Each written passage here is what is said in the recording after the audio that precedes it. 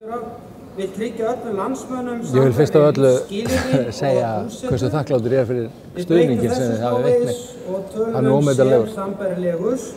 Þetta er búið góður dagur og fundurinn frábær, stemningin góð og ótrúlega mikill kraftur sem bjó í þessum mikla fjölda sem var hér þegar úrslitin voru tilkynnt. Það var líka gott að heyra hvernig Guðbjartur talaði mikilvægi samstöðuna því að þetta skiptir þetta okkur miklu máli að ná að standa öll saman núna rétt fyrir kosningar. Ég hef verið spurður að því í öllum miðlum núna hvort ég hef búist við þessu. Og ég hef svarað því með sama hætti alls staðar.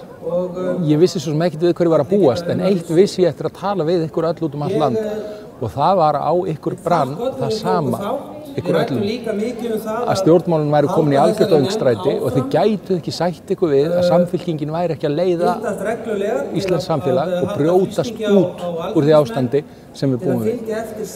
Þess vegna leið mér svo vel, vegna þess að ég var alltaf viss að þið væruð að hugsa á þessum nótum. Þakka ykkur fyrir tröstið.